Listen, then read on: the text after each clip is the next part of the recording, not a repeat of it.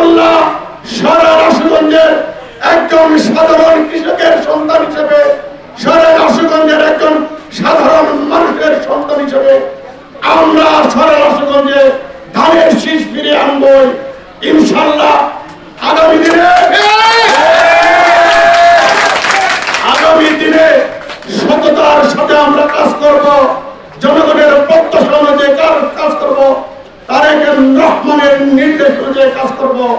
সারা রাশিগঞ্জের মানুষকে বোকা ভাবলে চলবে না, সারা রাশিগঞ্জের মানুষকে সহজ সরল ভাবলে চলবে না, চাপিয়ে দেবে। সারা রাশিগঞ্জের মানুষ অন্য মার্কায় ভোট দেবে, এটা প্রত্যাশা করা বুমেরাং হবে। বিগত দিনেও আপনারা দেখেছেন। সুতরাং দলের সর্বোচ্চ মহলের কাছে আহ্বান, সারা রাশিগঞ্জের মানুষ ধানের শীষ মার্কা চিনে আপনারা ধানের শীষ মার্কায় সারা রাশিগঞ্জের স্থানীয় প্রার্থীদের মনোনয়ন দিন। 4,28,000 ভোট সারা রাশিগঞ্জে। আর 2টি ইউনিয়ন আছে, যদি আসে 4,96,000 ভোটের মধ্যে আমার বিশ্বাস ধানের শীষ 4 লক্ষ ভোটের ব্যবধানে 4 লক্ষ ভোটে বিজয় হবে। আর যদি তা না হয় তাহলে আমাদের নেতাকর্মীরা ব্যথা পাবে, বিক্ষুব্ধ হবে, চুপচাপ বসে থাকবে।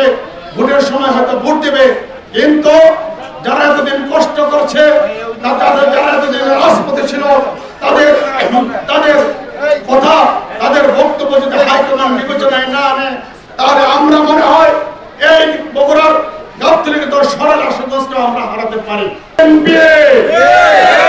আমরা সারা রাশিগঞ্জের মানুষ সাম্প্রদায়িক সম্প্রীতিতে বিশ্বাস করে, কিন্তু আমার মুসলমানিত্ব হারালে চলবে না।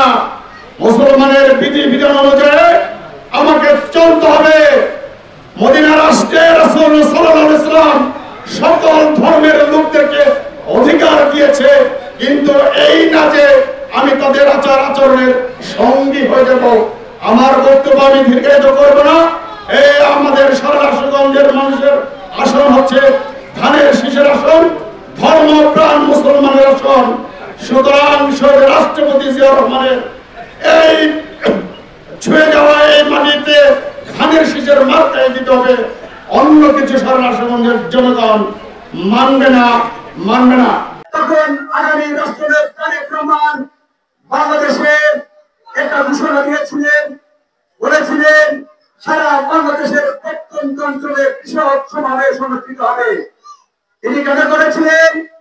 শুধু করেছিলেন এই জন্য কারণ তিনি কৃষককে ভালোবাসেন। আজকে আমাদের মাঝে যিনি প্রধান আলোচক, তিনি আপনারা জানেন তিনি দীর্ঘদিন বাংলাদেশের রাজনীতির সাথে জড়িত ছিলেন, এখনো আছে এবং আমাদের বিশ্বাস ভবিষ্যতে থাকবে।